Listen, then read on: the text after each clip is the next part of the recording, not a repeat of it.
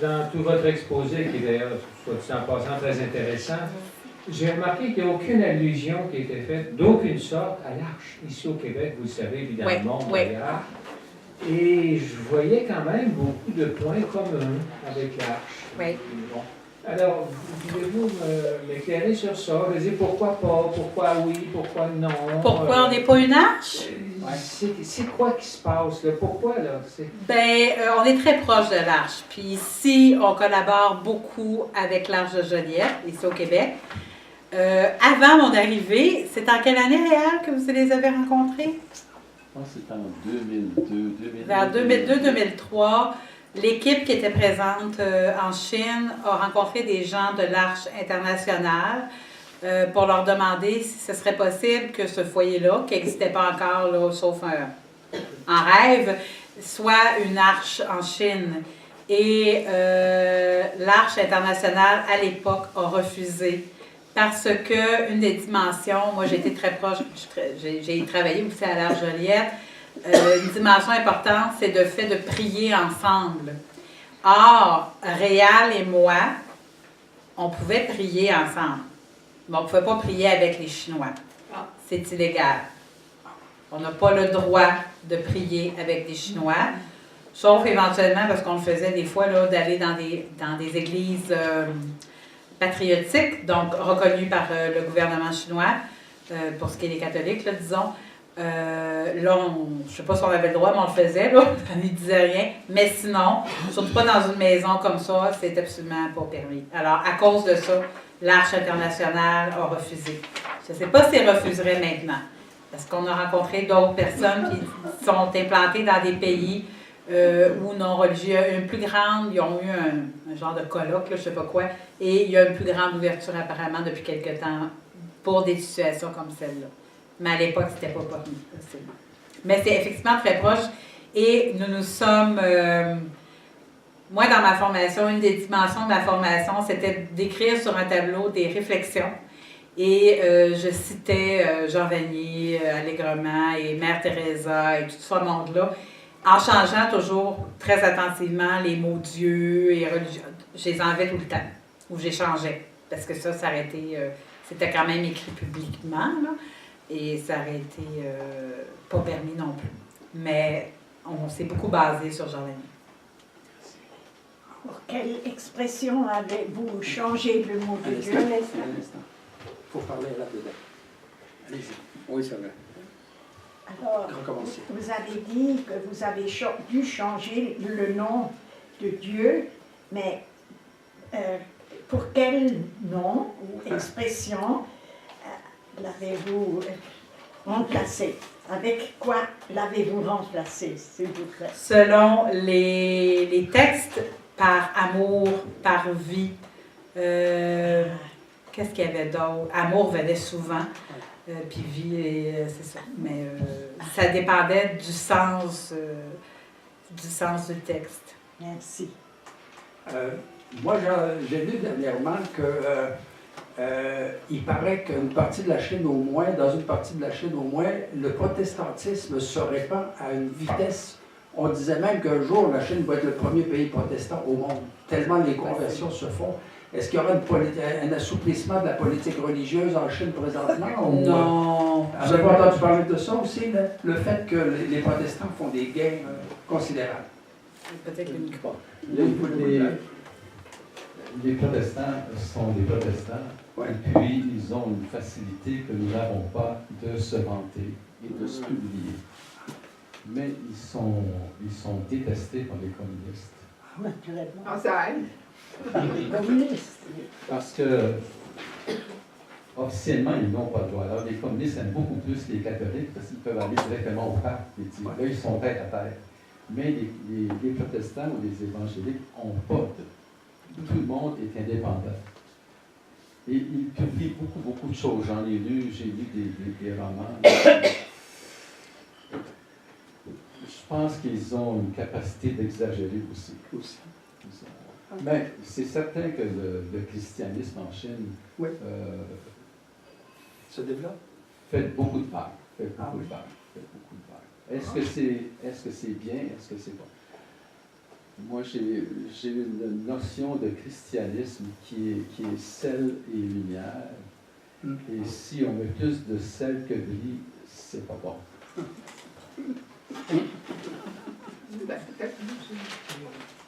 À la dame ici. Claudette. Non, parle comme ça. Ne touche pas à ça. Non, ne touche pas au couteau. C'est dangereux. Devant ta bouche, à l'horizontale. Bon, comme ça? Non, à l'horizontale, pas verticale. Ah oui, ça marche. Parle devant ta bouche. C'est Le très bien. petit chinois de la Sainte Enfance. Oui, c'est avant moi, ça. Est-ce que vous les retrouvez adultes maintenant et quoi? Est-ce que ce sont ceux qui sont chrétiens là ou... Je pense pas. Je pense pas qu'il y ait un lien direct. Mais moi, c'est d'avant mon temps. Hein. Je sais pas, Réal, si ils savent même pas probablement. Mais on a bien payé pour ça. Oui, j'ai entendu dire.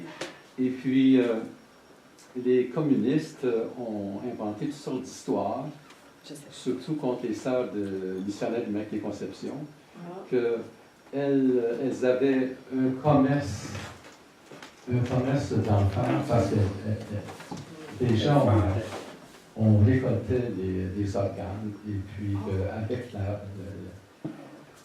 la nourriture, la chair des enfants, ils nourrissaient des cochons, des choses. C'est épouvantable tout ce qu'ils ont sorti. Ah. Maintenant, il n'y a aucun moyen de retracer ces gens-là. Tout ce que moi j'ai réussi à faire avec un confrère, c'est de visiter les missions où les pères des missions étrangères ont été entre 1922 et 1953. Et il a fallu jouer d'astuce tout le temps avec la police. Parce qu'ils ont peur de tous ces liens-là avec le passé. Quand ils ne sont pas capables de les utiliser à leur profit. Alors, les petits Chinois, là... Ils sont rendus grands, mais on ne sait pas son goût. Mais ça aidait les communautés, les religieuses qui allaient en mission. Hein. Oui. C'est sûr, c'est certain, mais aujourd'hui, le régime actuel ne peut pas reconnaître ça. Alors, Mais il n'y en a plus non plus. Non, mais il n'y a rien de bon qui s'est fait dans le temps. Il n'y a rien de bon. Ah. Tout ce qui s'est fait par les Occidentaux, surtout les chrétiens, c'était pas bon. Bien, ça, c'est pas vrai. C'est la perception du parti. Là, Oui, c'est ça. Je veux dire, c'est ça actuellement que c'est eux autres qui sont au pouvoir quand même depuis 1949. C'est pas juste nous autres. Hein. Je pense qu'il y a certaines choses, même de Chine, qui sont considérées au niveau religieux, mais aussi à différents niveaux. C'est comme si avant 1949, pour certaines personnes, il n'y en avait pas de Chine. J'ai été absolument bouleversée. À un moment donné, Réal et moi, on était à Changchun voir des gens de l'équipe dont on faisait partie. Et on a pris un taxi pour se rendre à la gare d'autobus pour aller à Jilin. Et le chauffeur, en bon chauffeur d'autobus, nous a demandé on venait d'où, nous a demandé si on était professeur à l'université à Jilin. On a dit non, on a expliqué le foyer. Et il a dit comme ça, c'est extraordinaire ce que vous faites. Puis il y en a beaucoup d'étrangers qui font ça. Nous autres, on le fait moins, hein. Bien, c'est normal aussi, parce qu'on est tellement un jeune pays. Et c'est un Chinois qui parlait. On est un jeune pays, la Chine. J'ai regardé Réal, j'ai-tu bien compris? Il dit, je pense que j'ai compris la même chose que toi, là. Mais on ne comprenait pas. Mais c'était clair que lui commençait en 1949, le début de la Chine.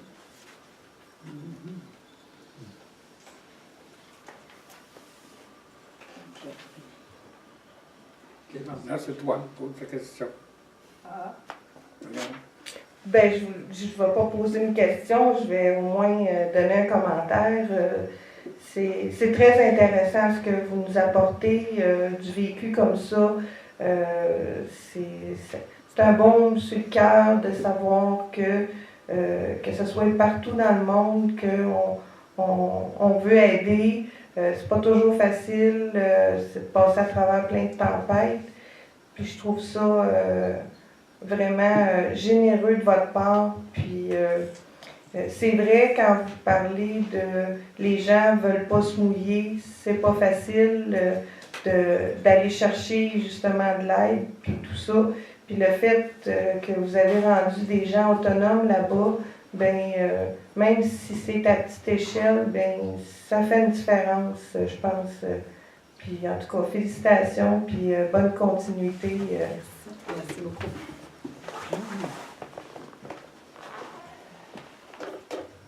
Quand on parle d'un sentiment profond de respect vis-à-vis des personnes, même les plus exclues, les plus démunies, désavantagées, tout ça, ça va bien parler de dignité.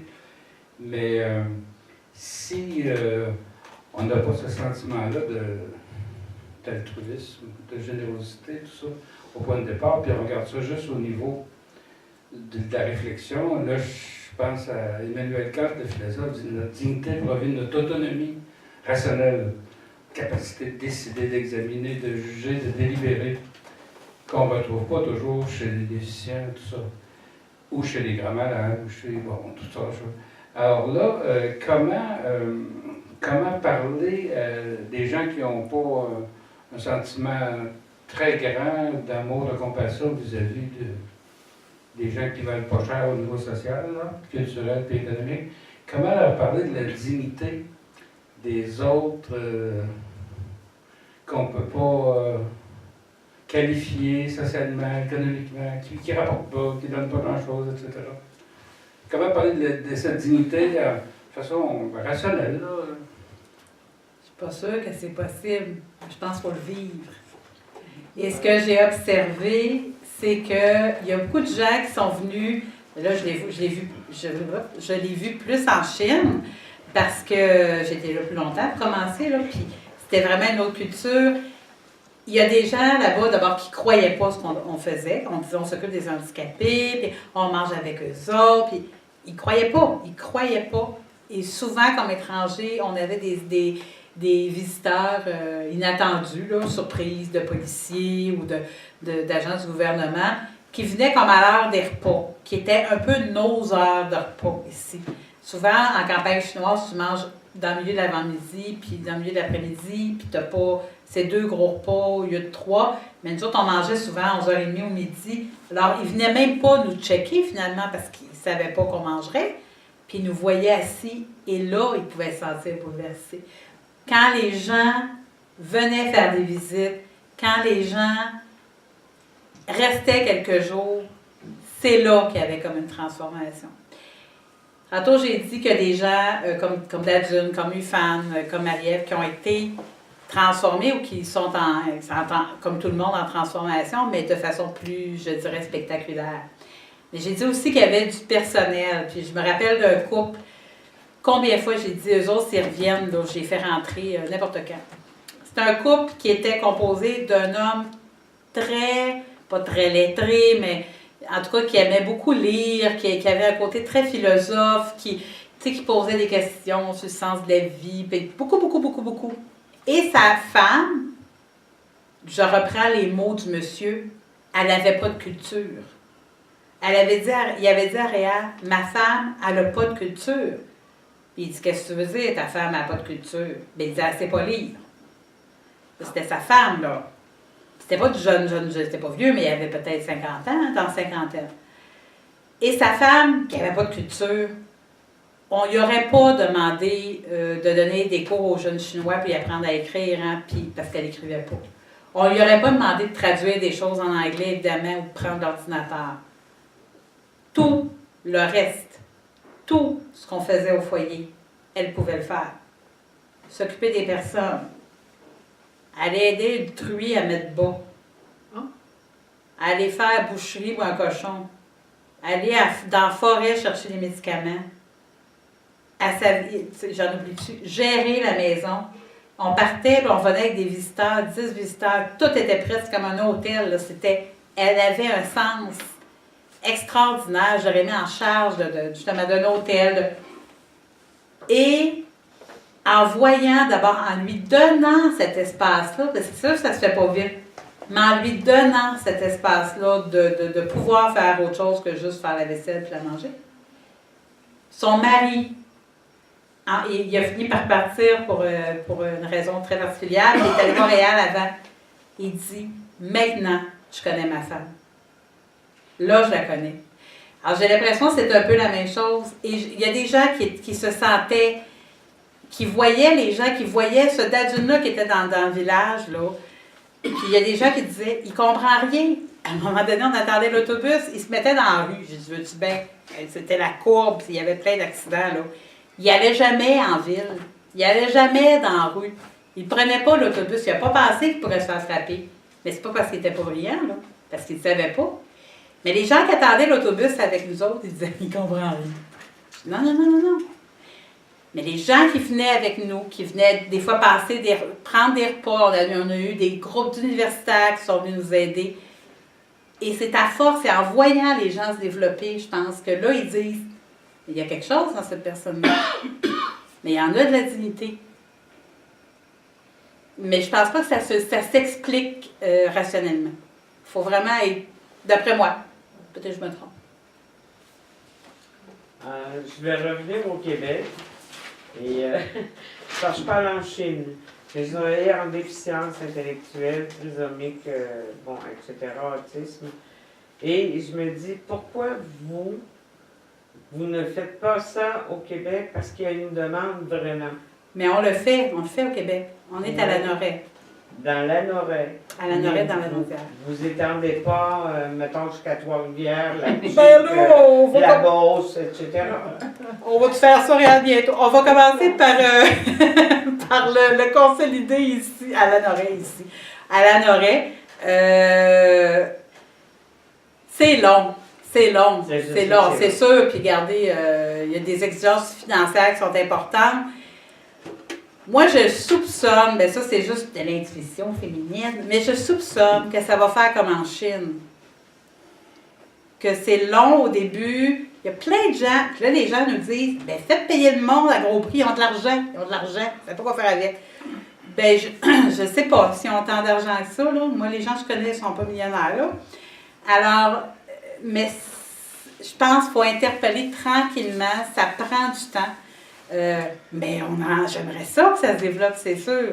C'est sûr. Ça n'est pas en dehors de nos rêves, mais on veut vraiment développer ce qu'on fait là. Puis peut-être que d'autres foyers, s'il y en avait d'autres, pourraient avoir des vocations un petit peu différentes, que des gens puissent vivre ou peu importe. Là. Comme chez nous, par exemple, c'est une maison en partie ancestrale avec des petites marches. Puis chaise roulante, une qui est venue une fois, ça se fait, mais c'est pas évident. Alors, c'est sûr que selon la maison, ben, le type de personne qui vient aussi. Bon, là, si je comprends bien, ici, c'est des centres de jour. C'est un centre de jour. Un centre de jour, d'accord. Oui. Okay. Puis c'est ça, j'aimerais ça éventuellement, mais il aurait fallu rénover complètement la maison déjà pour juste avoir des personnes qui vivraient là. Juste pour l'endroit où est la salle de bain, puis tout ça, déjà ça aurait été problématique. Mais on commence comme ça. Moi, ça me permet aussi, bon, je travaille à d'autres choses aussi pour apporter un peu d'argent.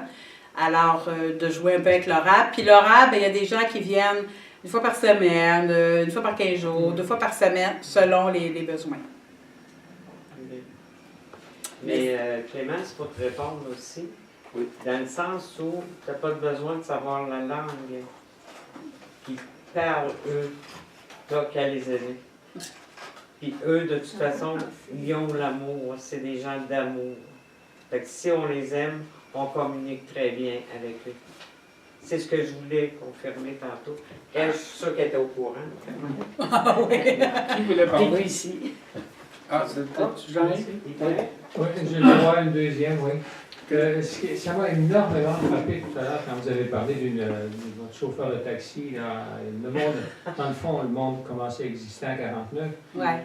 Avez-vous établi un parallèle automatique dans votre tête entre notre révolution tranquille et puis votre 49? Moi, j'ai souvent entendu parler de la grande noirceur. Le monde, dans le fond, c'est un abîme avant 60. C'est le grand néant. Ouais. Puis j'ai été très, très frappé quand vous m'avez parlé de ce 49-là. Avez-vous établi un rapport, un parallèle? Merci. Je me demande si c'était pas un peu le contraire, en fait. C'est que, bon, moi, j'étais pas là avant 1960, mais oui, on parlait de la grande noirceur, puis que là, on s'est ouvert. Possiblement qu'on a jeté à quelques reprises le bébé avec l'eau du bain, j'imagine. Là. Mais il y a comme une ouverture quand même par rapport à avant. Là, c'est peut-être un peu le contraire, en fait. C'est qu'il y a eu une fermeture en 49. Et c'est toute la culture, parce que la culture chinoise est richissime, mais est souvent méconnue ou ridiculisée par ce qui est plus officiel ou populaire. Moi, j'écoutais pas beaucoup la télé en Chine, mais souvent, il y avait des espèces de sitcoms là, qui se passaient avant, dans le temps des empereurs, puis qui étaient, je trouvais que ça, pas toutes les émissions probablement, mais c'était vraiment des petits sketchs un peu légers, puis qui portaient peut-être un peu, certains en tout cas, en dérision les valeurs chinoises d'avant, ou la réalité chinoise d'avant. Réal pourra confirmer qu'il y a des fois des confusions entre les religions chinoises, puis les gens disent c'est tout pareil, puis les Chinois, là. Alors, une méconnaissance, c'est tout ce qui est... On le vit peut-être un peu aussi, oui, ça peut être un lien. Je vois chez les beaucoup plus jeunes, des fois, qui ne connaissent pas du tout les références chrétiennes, qu'on y croit ou pas, qui ne connaissent pas du tout le vocabulaire. J'ai des amis prêtres qui disaient on fait visiter aux enfants qui vont avoir leur première communion ou autre, l'église, puis ben ça ici, alors ici il y a le tabernacle. C'est pas ça, faut pas le dire, c'est pas un beau mot, maman veut pas. Non, mais c'est parce que j'ai pas d'autres mots, là. Et les parents aussi savent pas. Alors il y a comme une espèce de qu'on vit ici, je pense. Moi, je l'ai beaucoup senti là en revenant. C'est pas important les religions, puis on n'y croit plus, puis c'est ridicule. Puis alors, le pas important, puis on n'y croit plus, ça appartient à chacun. Mais là, c'est ridicule, puis ça vaut rien, puis il faut l'oublier. C'est comme mettre de côté... J'ai beaucoup d'amis agnostiques ou athées, mais c'est de mettre de côté ton histoire à quelque part. C'est de nier ton histoire, puis ça, on le fait un peu plus ici. Je suis beaucoup, moi, sur les médias sociaux et ça me frappe beaucoup. Je trouve que beaucoup de personnes... Tu sais, avant, les gens pouvaient dire, pauvre gars qui est musulman, ou pauvre gars qui est, tu sais, Réal s'est fait dire, pauvre toi, t'es pas musulman en Indonésie, tu vas aller en enfer, tu comprendras jamais que c'est l'islam qui est important. On l'a fait, ça. On l'a fait comme chrétien dans l'histoire. Les musulmans, ils ne savaient pas. Les Amérindiens, ils savaient. On allait les sauver, puis les convertir comme de force. Puis nous autres, on savait c'était quoi la vérité. Mais là, je le sens au Québec, de la même façon. Nous autres, tu as le droit d'être croyant, mais un jour, tu vas comprendre que c'est pas vrai. Un jour, tu vas comprendre que c'est la science qui a raison, puis que l'athéisme est supérieur. Alors, c'est un nouveau clivage, c'est différent. Il y a peut-être de ça en Chine. C'est plus peut-être au niveau du gouvernement ou des autorités, parce qu'en fait, au début de la révolution culturelle, vers les années 60, 70, là, puis au début ou avant, peu importe, les gens des autorités ou Mao Tse-tung disaient « c'est pas bon la religion ». Alors, on va empêcher les gens de croire. C'est fini. Croyez plus, c'est fini. Et ça n'a pas fonctionné. Ça n'a pas fonctionné. Il y a des gens qui ont dit « il n'y en a pas question. Moi, je suis croyante. Moi, je suis chrétienne. Moi, je suis musulmane. Moi, je suis bouddhiste. Puis moi, je veux continuer de pratiquer ma religion. » Alors, il continuait en catimini. Et là, il a dit finalement, je mets ça simple, mais il a dit « OK, vous voulez continuer, pas de trouble, vous pouvez, mais vous devez venir vous identifier au niveau gouvernemental. » Alors, ce que ça a fait, c'est les fameux patriotiques et souterrains ou clandestins. Alors, encore une fois, je mets ça simple. Il y a des gens qui ont dit « Ah oui, moi je suis catholique, il faut que j'aille le dire, pas de trouble, y aller, je vais aller le dire. » Et ils sont devenus patriotiques. Donc, le gouvernement sait que moi qui suis allée dire au gouvernement je suis catholique, bien, il sait que je suis catholique. Et il y en a qui ont dit non, moi je ne fais pas ça. Et qui ont continué sans aller se rapporter, si vous voulez. Et qui sont devenus clandestins souterrains. C'est pour ça que dans tout, c'est pas juste l'Église catholique, là. Il y a des catholiques, il y a des protestants, il y a des musulmans, il y a des bouddhistes qui sont Mais cette soif de foi-là, qui est beaucoup syncrétiste aussi en Chine, qui vont beaucoup prier, pas n'importe qui, mais il y a des temples qui ont été identifiés comme bouddhistes ou taoïstes ou confucianistes, parce que le gouvernement a exigé que ce soit identifié, mais les gens ont pris Bouddha puis leur Dieu ensemble. Ah, ok. Mais puis Saint-Antoine, ils ont perdu leur clé. Puis s'ils ne répondent pas, on ne priera plus. Saint-Antoine, quoi? Parce que j'ai perdu mes clés. Ah, ouais, ça peut arriver que quelqu'un dise OK, Saint-Antoine, il va t'aider. OK, moi, y aller. Même s'il n'est pas chrétien. Ouais. Alors peut-être, oui. Mais c'est le. Oui, peut-être. Mais ça m'a. J'ai jamais pensé à ça, mais oui. C'est possible. Ça répond à votre question? Il est rendu. Ah, il est là. Poste-le-moi. Si on revient sur le problème de la dignité et que ce qu'a soulevé Clément, il faut bien reconnaître que trouver de la dignité chez les pauvres, chez les petits, chez les abîmés, etc., c'est le christianisme qui a lancé ça, qui a enseigné ça au monde. Il a donné un bon prix, ça, en tout cas. Parce que c'est essentiel absolument au christianisme. Et vous êtes là en tant que chrétien, même si vous n'avez pas le droit de le dire. Si vous n'étiez pas chrétien, vous ne seriez pas là-bas. Probablement, si vous n'aviez pas fait de la théologie non plus, vous seriez comme tous les Québécois qui ont passé à côté de la religion et puis qui disent que c'est de la foutaise. Hein? Mais on se retrouve devant la situation où on chasse la religion, mais en même temps, comment faire avec ceux qui sont justement les petits, les pauvres et tout ça? Quoi faire? De reconnaître une dignité, au nom de quoi on le ferait? Si on n'a pas la référence au Christ qui a dit qu'il fallait le faire absolument pour son salut, je ne pense pas qu'on puisse venir avec Kant ou Hegel ou un philosophe qui va nous enseigner que je dois respecter le malade mental et puis le handicapé sévère et tout ça. Il me semble que ça ne peut pas sortir de là. Bon, je peux me tromper, là, mais... Ben, moi, si je peux me tromper, moi, je suis chrétienne, mais je pense que... Comment je dirais ça? Dieu, essentiellement, il y en a juste un. Peu importe comment on l'appelle, là. Moi, je crois en Dieu. Bon, ça, il ne croit pas. Je crois en Dieu, moi. Et il y en a qui croient en la vie, et il y en a mais qui croient en une source. J'en connais qui sont athées, et qui disent, mais il y a comme une énergie, ou une source, ou l'univers, ou peu importe. Mais il y a quelque chose qui est en nous, puis qui vit en nous aussi, qui est plus grand. Et mon intuition, de la façon que les gens réagissent aussi, n'importe qui le sent, s'il est un peu à l'écoute. Il y a des gens qui ont vu ce fameux Dajun-là être transformé, qui sont touchés au cœur, même s'ils ne sont pas chrétiens, ou même s'ils ne sont pas croyants, ou bouddhistes, ou peu importe. D'après moi. Et c'est le défi.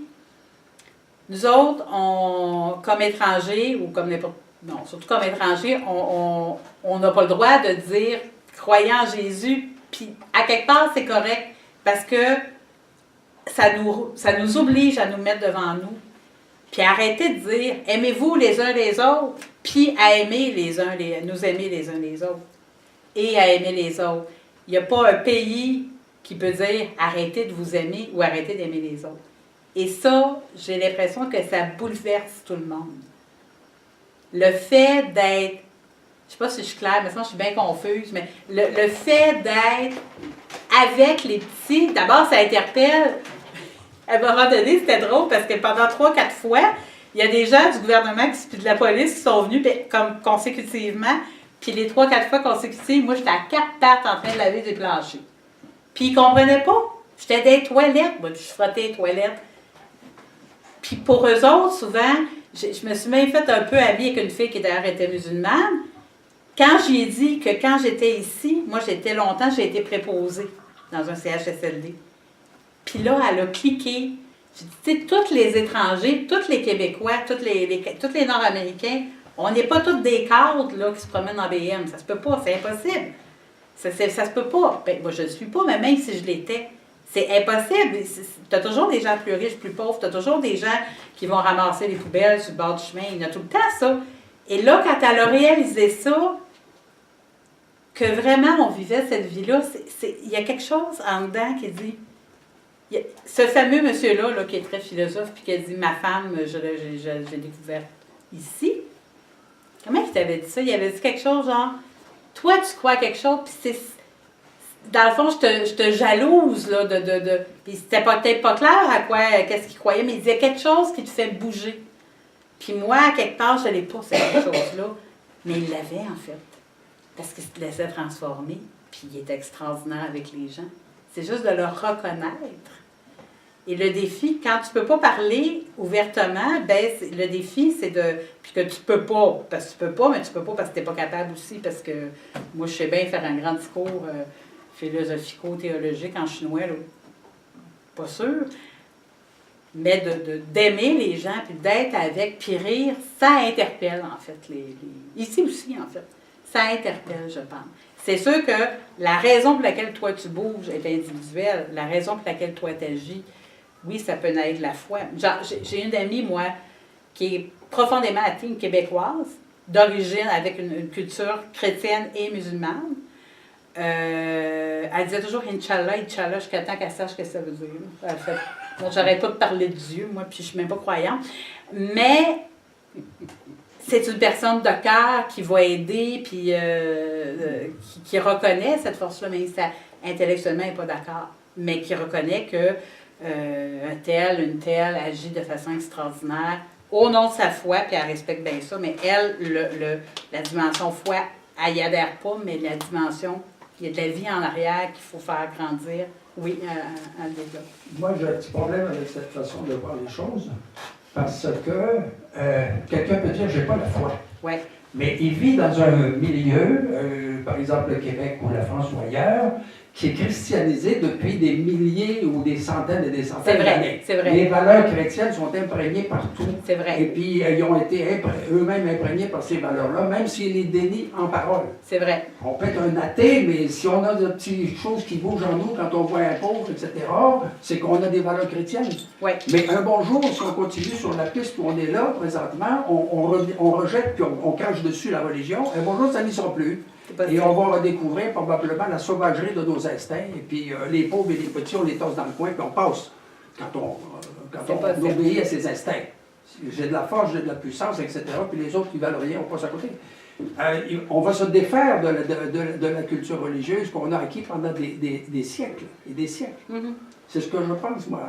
On est souvent plus chrétien qu'on le dit. Et quand on affirme le contraire, même, on peut l'être encore. C'est sûr que en Chine, je pense qu'ils reconnaissent ça un peu d'une certaine façon. On avait une amie qui a vu un monsieur pris dans la neige avec une voiture, puis pas capable de sortir de son stationnement, une québécoise, chrétienne, catholique, et qui est allé dire, ben, je vais aller vous aider en bonne québécoise, tu es pogné dans la neige, on va t'aider. Fait qu'ils ont poussé, un autre gars qui l'a vu a poussé. Lui, je pense qu'il allait aider l'étrangère. Mais en tout cas, ils ont poussé à deux, l'auto est parti, puis c'est ça. Le deuxième Chinois qui avait aidé notre amie québécoise à aider l'autre Chinois, il a dit, hey, il s'en va. Elle a dit, oui. Ben oui, mais il t'a laissé là. Ouais, mais je le connais pas, moi.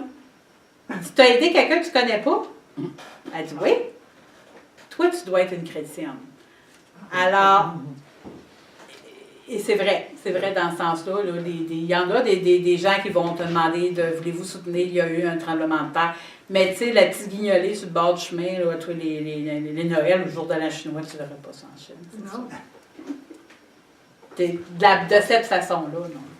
Il va y avoir de la solidarité pour des catastrophes, là, mais pas on va aider les pauvres, puis on va... Tu sais, comme la guignolée, c'est très chrétien, en fait. Il y a quelque chose qui me fait penser aux itinérants. C'est M. Paul? Oui. Pour revenir à la question, disons, de donner la dignité aux malades de la terre, aux marginaux, moi je suis bouddhiste, mais moi j'ai la même perception que ce que Yvon et Clément vient de dire. Tel que j'ai remarqué, c'est vraiment les valeurs chrétiennes qui sont allées au devant. Même dans l'enseignement bouddhiste, ça se dit aussi. Il faut avoir la compassion, aider les pauvres, tout ça. Mais à ma remarque, c'est juste au niveau de la théorie. même les bouddhistes pratiquants ne prennent pas le devant pour aller le faire. Et moi, j'ai remarqué que ce sont les chrétiens qui sont vraiment allés sortir des pays riches pour aller vraiment aider, regarde, en Haïti, en Afrique. Et dans mon propre pays, quand ça a vraiment à la sortie du régime Khmer Rouge, Pol Pot, ça a été vraiment l'enfer. Et c'est vraiment des chrétiens qui sont fait catholiques ou protestants. En ce moment, il y a un père français, François Ponchot, il vit là. Mais comme il vit là, il prend les repas avec, il va aider, mais il va vivre avec. Tandis que, je regrette de le dire, mais il faut dire la vérité quand même, tel que je perçois, nous les bouddhistes, quelquefois on peut aider, mais juste en donnant de l'argent, mais d'aller vivre avec. Oh non, moi, je dis moi-même, peut-être je ne serais pas capable. J'avoue, c'est ça. Mais les chrétiens sont capables, il y en a plusieurs qui sont partis pour aller vivre. Bâtir quelque chose avec les pauvres gens, vivre la difficulté, vivre l'enfer même. Hein, c'est comme ça. Donc je dis que c'est la valeur chrétienne qui pousse les gens. Donc la valeur, c'est la foi pour les gens à l'aider. Moi, je continue à être reconnaissance envers ceux qui sont partis du confort ici, que ce soit du Canada, du Québec, de l'Europe, des États-Unis, qui sont allés au Cambodge pour aider. Une chose aussi que j'ai remarqué, vous voyez, il y a des enfants, des orphelins handicapés en plus au Cambodge. Il y a beaucoup, excusez-moi le terme, il faut dire, les blancs. Il n'y a que les blancs. Un grand pourcentage sont allés les sortir du pays, les adopter, les handicapés, les enfants handicapés. Et moi, je n'ai pas vu les familles cambodgiennes aussi riches sur la terre, ne font pas ça. Ceci étant dit, il me semble qu'il y a quand même une sorte de phénomène de mondialisation, de globalisation, mais dans le bon sens du terme. Il n'y a pas de mauvais là. La mondialisation, c'est qu'il y a une propagation de ces valeurs-là maintenant, à l'intérieur du Cambodge. Donc ça pousse aussi les Cambodgiens bouddhistes à adopter cette charité-là, mais c'est pas passif, mais proactif, aller faire quelque chose. Mais maintenant, il y en a. Donc c'est grâce à ça, parce que nous avons vu que les... Enfin, excusez-moi encore. Ça vient du témoignage un peu. Ils font ça au pays, c'est ça. Ben, c'est un peu ça que je voulais dire, c'est que moi, je me sens mue par cette foi-là en Jésus-Christ pour moi, là, dans n'importe où. Là, c'est pas seulement mon départ en Chine, c'est n'importe quoi. Pour moi, c'est le centre de ma vie aussi. Mais vous voyez, vous dites qu'il y a des bouddhistes, en le fond, par le témoignage visuel, d'avoir vu des gens bouger, ça a bougé quelque chose en dedans, ils disaient, ben moi aussi, je vais le faire. Même si au départ, peut-être que c'était moins dans la culture, mais qu'ils vont le faire quand même. Je veux juste pas dire, en fait, toute ma gang, là, il n'y en a pas de chrétiens là, maintenant, oui, mais dans les gens qu'on a accueillis, il n'y en a pas. Mais il y a des gens quand même qui ont vu des choses. On a porté un témoignage, je pense. Puis dans mon esprit à moi, Dieu agit ou peut agir en tout le monde. En tout le monde. Ça, c'est intéressant. Même quelqu'un qui ne sait pas. Oui, monsieur. Je voulais dire, le fait qu'on se rappelle qu'on a été chrétien, qu'on se rappelle que nos parents ont lu la Bible ou qu'ils ont entendu des curés prêcher et tout ce qu'on voudra. Le fait qu'on se rappelle ça ne nous sauve pas. Non. Ça ne nous sauve pas parce que aux États-Unis, les gens sont bien plus chrétiens qu'au Québec. Bien plus chrétiens, puis ils le disent beaucoup plus à part de ça.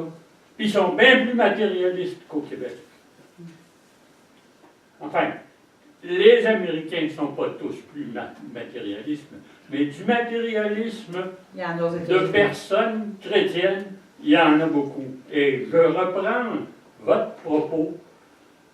C'est pas aimez-vous les uns les autres, répétez ça. Ce qui est important, c'est commencer à s'aimer les uns les autres comme vous avez dit.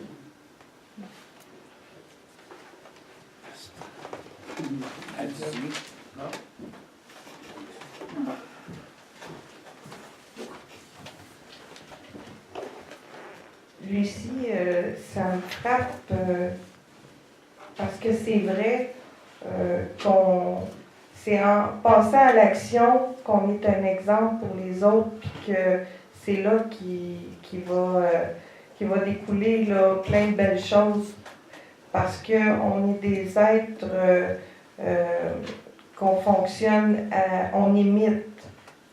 Tu sais, c'est pas fais ce que je te dis, les enfants, c'est comme ça.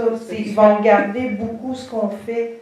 Fait qu'en fait, la barrière de la langue, ce que je comprends, la barrière de la culture, la barrière de tout plein de différences de religion, etc., le fait d'être dans l'action, je pense que ça laisse tomber plein de choses.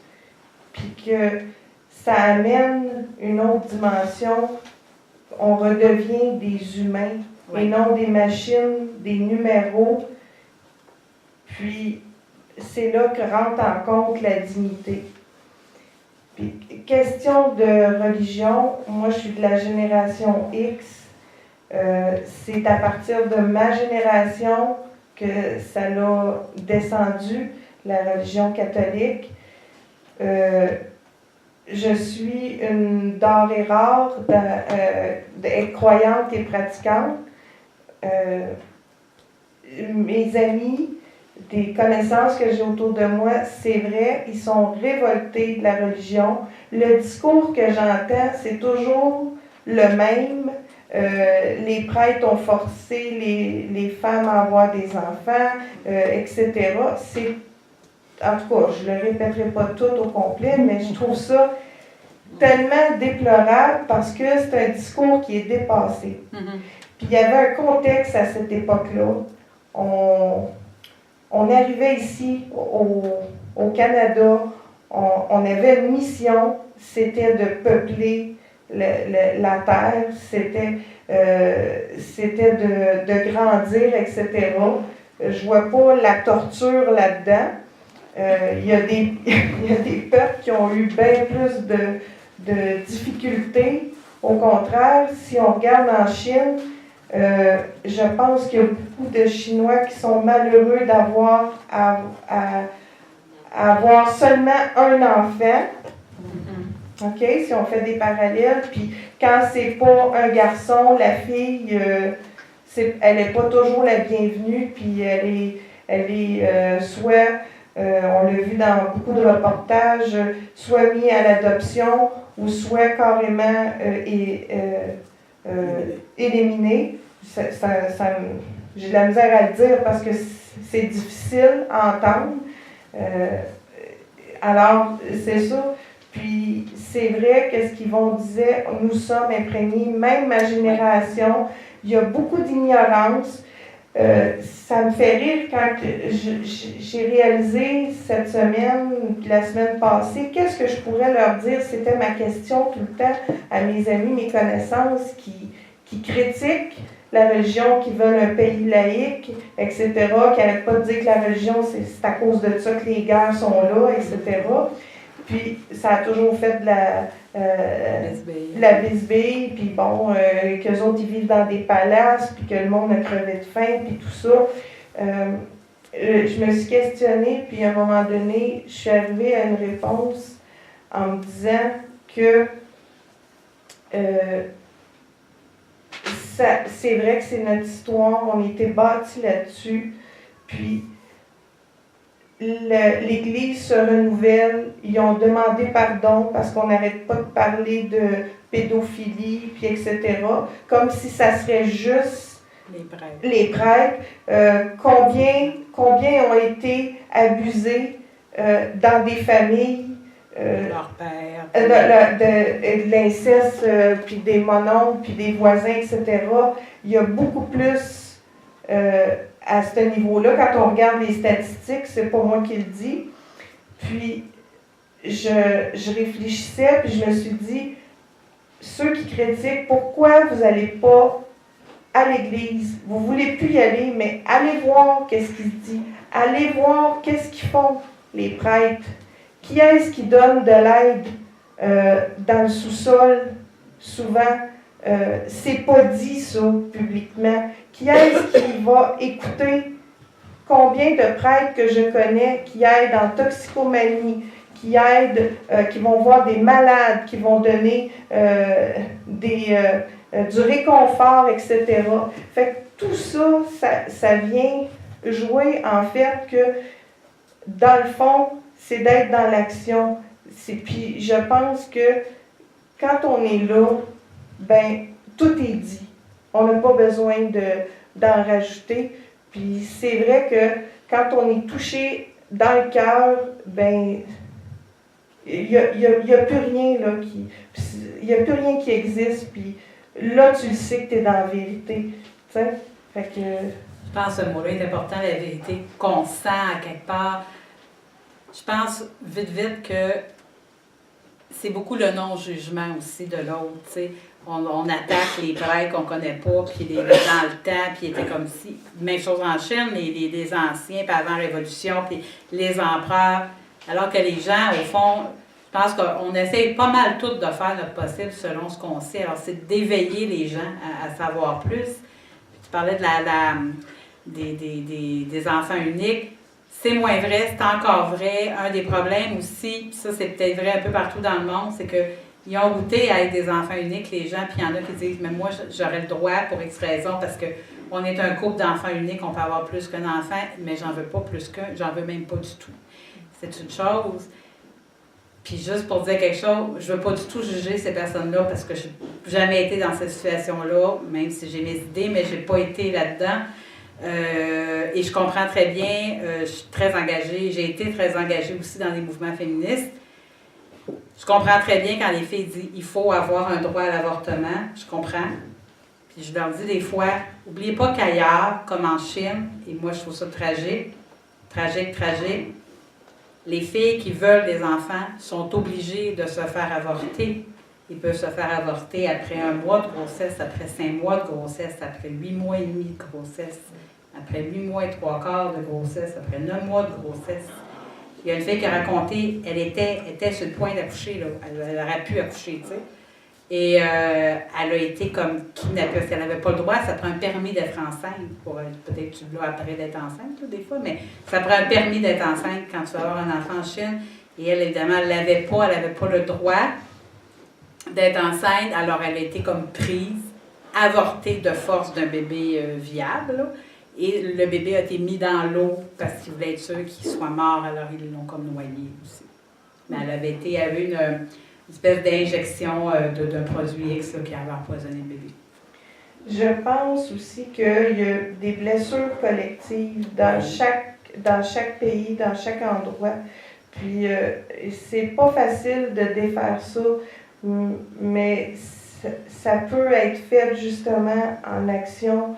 Puis, tu sais, si les jeunes iraient voir justement comme à l'église, aller jaser avec des prêtres, aller voir, tu sais, de leurs yeux, puis de se faire leur propre opinion au lieu de toujours prendre le vieux discours justement de ces blessures-là, ben on avancerait un petit peu plus vite. Je sais que je suis utopique puis idéaliste, mais ça serait ça mon souhait. Puis, tu sais, ce que les rêveurs, c'est les guérisseurs du monde. Il faut continuer de rêver. Une dernière intervention. Ça va être la dernière. Bon, ben alors, j'ai écouté attentivement tout ce qui s'est passé dans la soirée. C'est intéressant, votre expérience et tout ça. Par contre, moi, c'est simplement une réflexion que je vais apporter. Ça m'a permis il y a une idée qui a germé dans ma tête. Je ne sais pas, je vais exposer ça un peu. Prenez pas là. En fait, j'ai l'impression que tout ce qu'on rapporte comme souffrance dans notre environnement terrestre, ça me donne l'impression que c'est là tout simplement pour nous faire acquérir une prise de conscience. Donc, difficile de juger les bonnes choses, les mauvaises choses, parce que le but, en fait, compte tenu que nous, les humains, on apprend par la répétition, et puis on apprend aussi par la souffrance, alors tout ça doit amener chez nous une prise de conscience quelque part. C'est certain que c'est pas tout le monde qui va bénéficier de la prise de conscience d'un côté, et de l'autre côté, comme disait, je ne sais pas son nom à côté, à quelque part, ça fait du bien qu'il y ait des gens qui donnent l'exemple d'un amour gratuit. Et puis, c'est ça, effectivement, qui permet, puis comme disait aussi l'autre personne tantôt, on a beau répéter, si on n'agit pas, ben alors, ça donne pas grand-chose. Mais pour revenir à la prise de conscience, je pense qu'il y a peu de personnes qui vont réussir à passer cette étape-là, parce que, en fait, ce n'est pas la maturité qui apporte la prise de conscience, c'est bien la souffrance par laquelle on se laisse toucher. OK? En tout cas, ça, c'est ce qui a germé dans ma tête pendant la réunion. Merci pour votre confiance. Je pense que c'est l'amour, en tout cas, qui est puissant et qui donne, qui nous permet de partager un peu plus de vie. C'est l'essentiel, mais ça dérange. Juste en vous laissant juste penser aux grands prophètes de l'humanité, même on parle de Jésus, mais on parle de Gandhi, on parle de Martin Luther King, on parle de même Mère Teresa, qui est la seule qui n'a pas été dans ceux que je viens de nommer assassinée, mais qui a été traitée de toutes sortes de noms. Ça dérange d'aimer aussi ou d'apporter, je pense, une saveur plus humaine. Ou, oui. Spirituelle. Oui, spirituelle, absolument. Alors, merci. Lucie, en terminant, pour le YouTube, le site, s'il y a des gens qui voudraient aller voir la maison que vous disiez tantôt. Alors, le lien. Le lien pour aller, c'est pas vraiment un lien, mais sur YouTube, vous pouvez juste taper Réal Daisy. Alors, pas besoin de mettre d'accent. Vous tapez Réal avec un H, R-H-E-A-L-D-E, accent aigu S-Y. Et vous allez voir un lien qui. Pas d'accent. Ah non, ben, si vous le mettez ou vous ne le mettez pas, c'est pas grave, là. Vous allez tomber sur un lien qui s'appelle The Most Inspiring Person in Jillian 2011, 2011. Et c'est la récompense, là. C'est la récompense, mais vous ne comprendrez peut-être pas grand-chose, c'est tout en chinois, mais vous allez voir la maison, puis c'est sûr, les gens qui sont là, qui travaillent, qui vivent avec nous. Alors, ça peut être intéressant. Puis venir voir notre site, qui est encore en reconstruction, là, mais qui va être bientôt disponible, www.relejayuan.com. comme Joanne, IAYUAN.com. Merci beaucoup.